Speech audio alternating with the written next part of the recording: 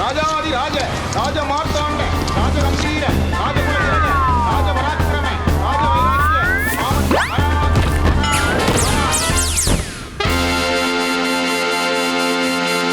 வணக்கம் மக்களே. வழக்கம் போல பரபரப்புக்கும் சுவாரஸ்யத்துக்கும் கொஞ்சமும் பஞ்சம் இல்லாம ஏகப்பட்ட விஷயத்த உங்களுக்காகவே கொண்டு வந்திருக்கோம். தர்பாரை தொடங்கிடலாமா?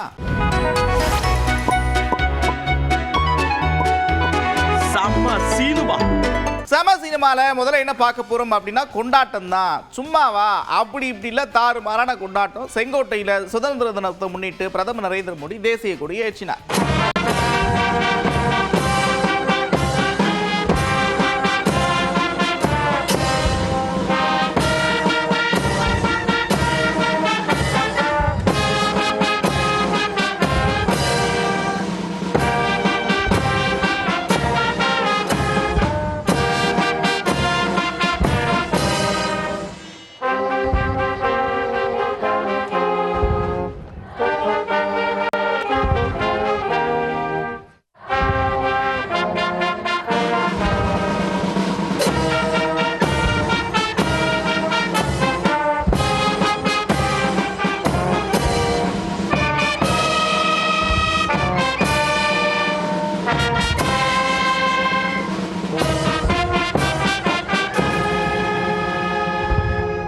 கொண்டாட்டத்தை பார்த்தாச்சுல்ல, அடுத்து என்ன? தமிழ்நாட்டு கொண்டாட்டம் தான். கோட்டை கொத்தளத்துல முதல் முறையாக தேசிய கொடியை ஏற்றினார் முதலமைச்சர் விஜய்.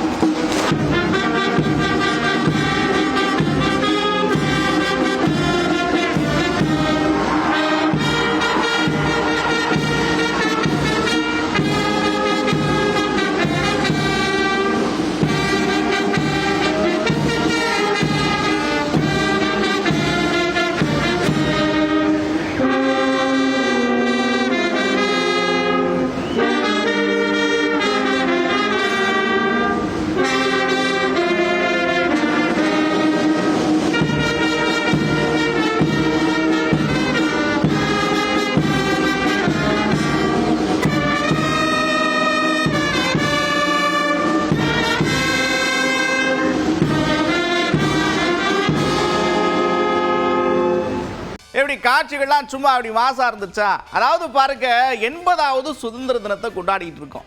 இதுல முதலமைச்சர் விஜய் என்ன சொல்றாரு அப்படின்னா, நம்மள ஒரு அடிமை மாதிரி வச்சிருக்காங்க அப்படின்னு தெரிஞ்சிட்டாலே மக்கள் மத்தியில் ஆட்டோமேட்டிக்கா ஒரு ஒற்றுமை ஒன்று வர ஆரம்பிக்கும்.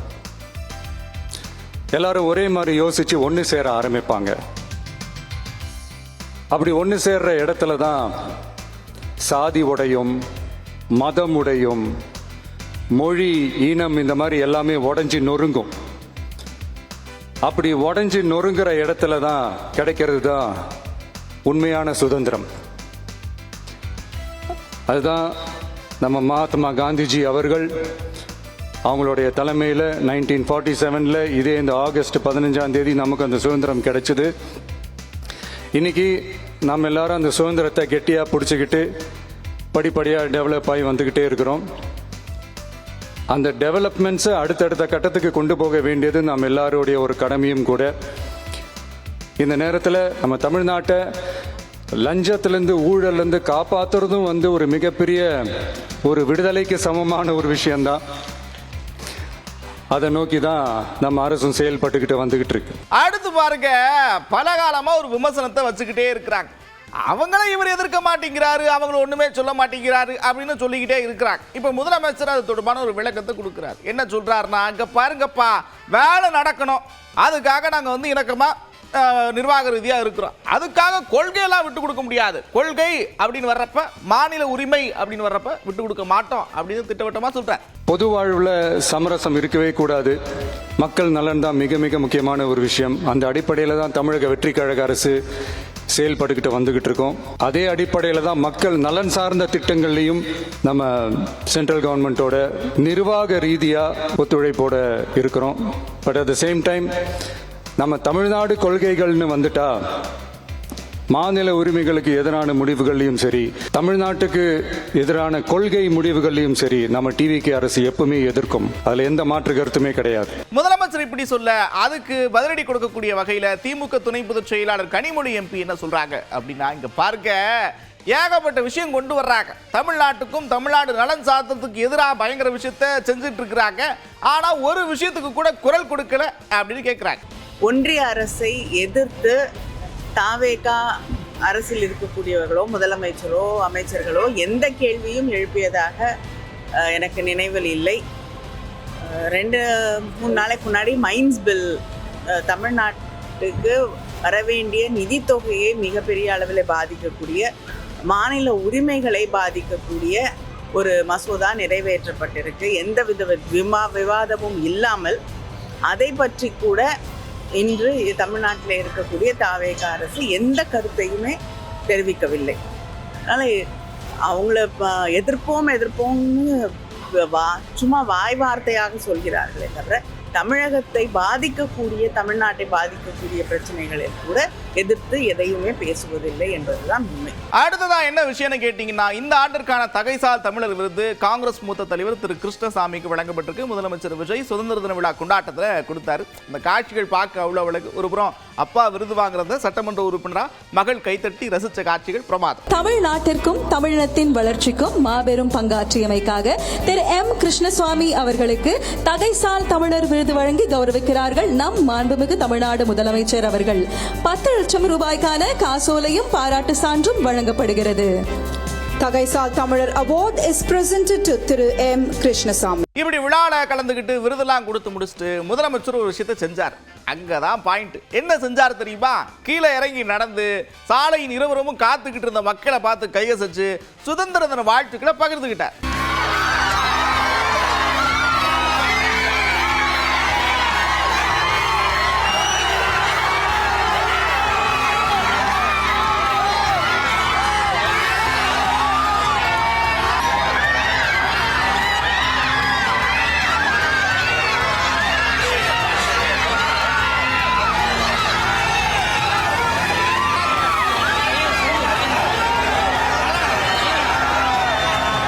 அடுத்து பாருங்க, ஒருத்தர் நூதன முறையில் ஒரு விழிப்புணர்வை ஏற்படுத்தி இருக்கிறார். இன்னைக்கு தேதிக்கு உணவு பழக்க வழக்கம்ன்றது ரொம்ப முக்கியம். அது மட்டும் இல்லாம நம்ம பாரம்பரிய உணவு பொருட்களை பாதுகாக்க வேண்டியது அதை விட ரொம்ப ரொம்ப முக்கியம். என்னப்பா சொல்ல வரேன்னு கேட்டீங்கன்னா, சிறுதானியங்கள் எல்லாம் வச்சு முதலமைச்சர் விஜயனுடைய படத்தை தத்ரூபமா ஒருத்தர் வடிவமைச்சிருக்கிறார்.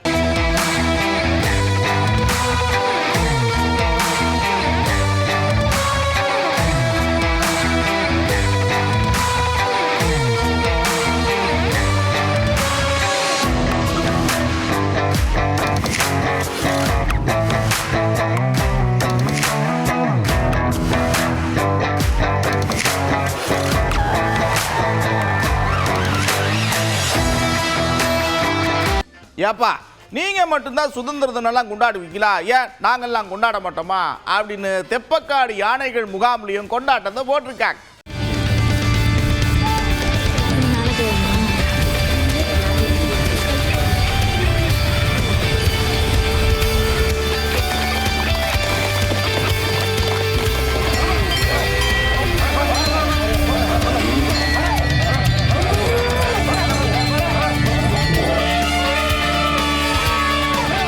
விமான நிலைய திட்டத்தை பணிகள் எல்லாம் நிறுத்திருக்கிறீங்க, அதுக்காக வரவேற்று ஒரு தீர்மானம், அப்புறம் முதலமைச்சர் பேர்ல ஒரு சாலை அமைக்கணுமப்பா அப்படின்னு ஒரு தீர்மானத்தை போட்டிருக்கிறாங்க.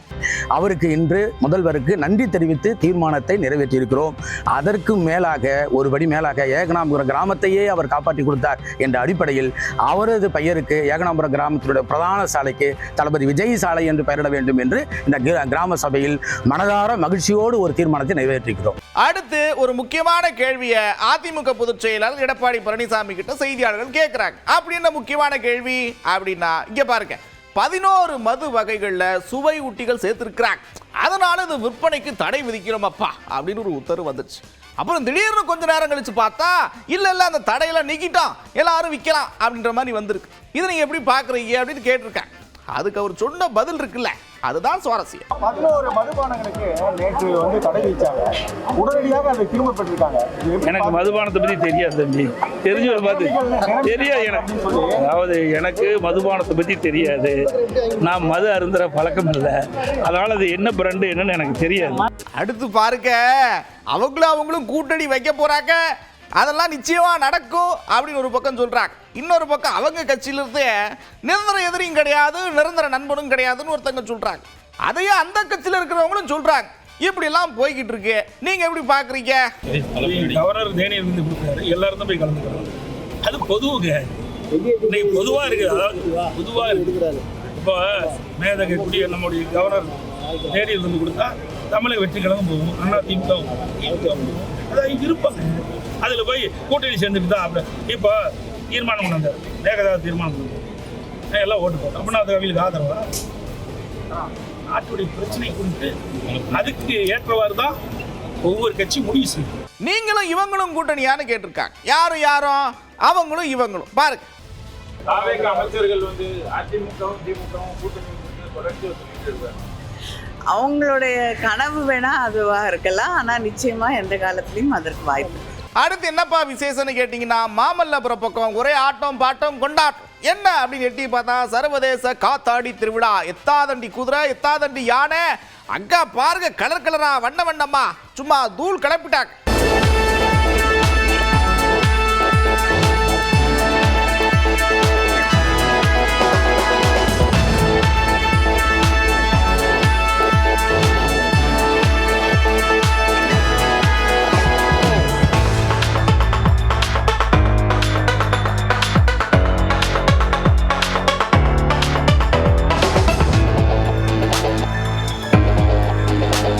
மும்பையில் ஒரு மேயருடைய செயல் பயங்கரமாக கவனம் பெற்று. என்னப்பா அப்படி செஞ்சுட்டாங்கன்னு கேட்டிங்கன்னா, இங்கே பார்க்க நிறைய பேர் இருக்கிறீங்க, வாக்கிங் போகிறதுக்கு இடம்லாம் இருக்குது. அதனால் என்ன பண்ணுறேன்னா, மேயர் பங்களாவை வாக்கிங்காக திரண்டு விட்றேன், எல்லாரும் வாக்கிங் போக அப்படின்ற மாதிரி செஞ்சுருக்கிறாங்க. அதுக்கு அந்த பக்கம் மக்கள்லாம் பயங்கர வரவேற்போம்.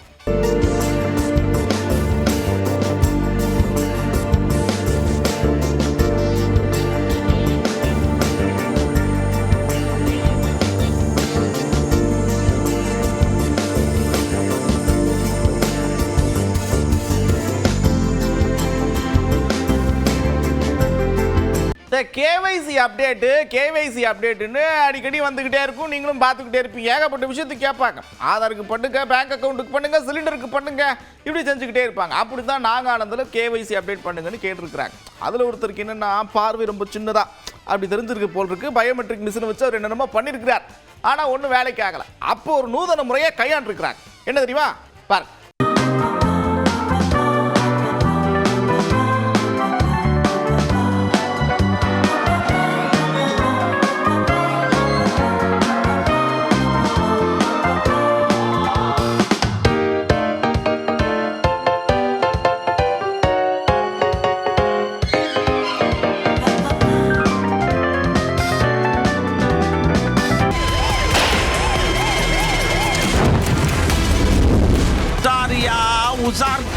ஆனாலும் இந்த மாதிரி நிகழ்வுகள்லாம் அங்கொன்று இங்கே ஒன்று நடந்துக்கிட்டே தாங்க இருக்குது. இதெல்லாம் நடந்துக்கிட்டு தான் இருக்குது. என்னப்பா என்ன நடந்துருச்சுன்னு கேட்டிங்கன்னா, நொய்டாவில் முகமுடி போட்டுக்கிட்டு துப்பாக்கி முனையில் ப்ரௌசிங் சென்டருக்குள்ளே போய் 80,000 ரூபா பணத்தை கொள்ளையடிச்சிட்டு போயிருக்கிறாங்க.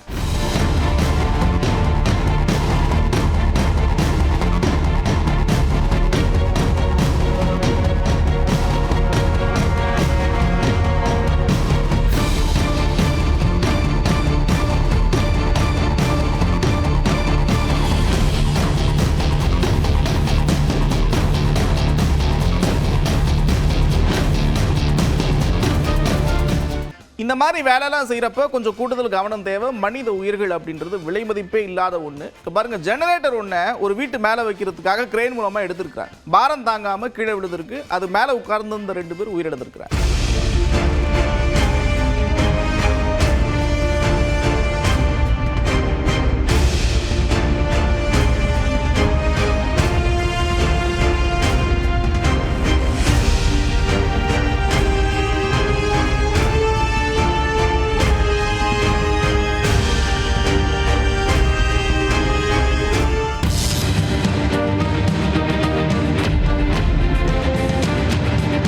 அதாவது பாருங்க, இன்னைக்கு தேதிக்கு இந்தியா மட்டும் இல்லை, உலக நாடுகள் சந்திக்கிற பெரிய பிரச்சனை ஊட்டச்சத்து. திடீர்னு உடல் பருமனாகிறது, மெலிஞ்சு போகிறது, அப்புறம் ஏகப்பட்ட வியாதிகளுக்கு மூல காரணமாக இருக்கிறதே இந்த ஊட்டச்சத்து விஷயம்தான். இப்போ எதுக்கு சம்பந்தம் இல்லாமல் பேசுகிறேன்னு கேட்குறீங்க. புரியுது, நேராக விஷயத்துக்கு வர. என்ன விஷயம்னா, நம்ம தினமும் சாப்பிட்றோம்ல, அதை எப்படி நீங்கள் தேர்ந்தெடுத்து சத்தான உணவாக சாப்பிட்றீங்களா இல்லை பசிக்கு என்ன உணவு கிடைக்குதோ அதை சாப்பிட்ருவோம்ப்பா அப்படின்னு இருக்கீங்களா? மக்கள் கிட்ட கேட்டிருக்கோம். மக்கள் பல விதமான கருத்துக்களை சொல்லியிருக்காங்க. பாப்போமா? கிராமங்கிறதுனால எளிமையாக கிடைக்கக்கூடிய காய்கறிகள் அதிகமாக சாப்பிட வேண்டியது இருக்கு. கேழ்வரகு, கம்பு, அதனால அதை பட்டதை நாங்கள் சாப்பிடுவோம் சார். அப்பையிலேருந்தே எங்களுக்கு சொல்லி கொடுத்தது எங்கள் அப்பா அம்மா. அதை தான் பிள்ளைங்களுக்கும் நாங்கள் அதை தான் பார்த்து செஞ்சு கொடுப்போம். பொதுவாக வந்து வீட்டில் என்ன இருக்கோ அதை செஞ்சு சாப்பிடுவாங்க. எங்கள் பசங்களுக்கும் சரி, எதுவும் நான் கொடுக்குறோன்னோ அதான் எங்கள் பசங்க சாப்பிடுவாங்க. முன்னெல்லாம் அந்த காலத்தில் நான் பிறந்த காலத்துலலாம் கம்மஞ்சோறு, சோளச்சோறு, வரசோறு, கேவுரு எல்லாமே இருந்துச்சு. சத்தான காய்கறி, கீரை வகைகள் அந்த மாதிரி தான் பார்த்து சமைக்கிறோம். குழந்தைங்களுக்கும் நாங்கள் கொடுக்குறோம். விவசாய குடும்பங்களில் அது மாதிரி ஆராய்ந்தெல்லாம் சாப்பிட முடியாது. ஒருவேளை பொருளாதாரம் நிறைவாக இருந்ததுன்னா அவங்க வேணால் அந்த ஆராய்ச்சியில் இறங்கலாம்.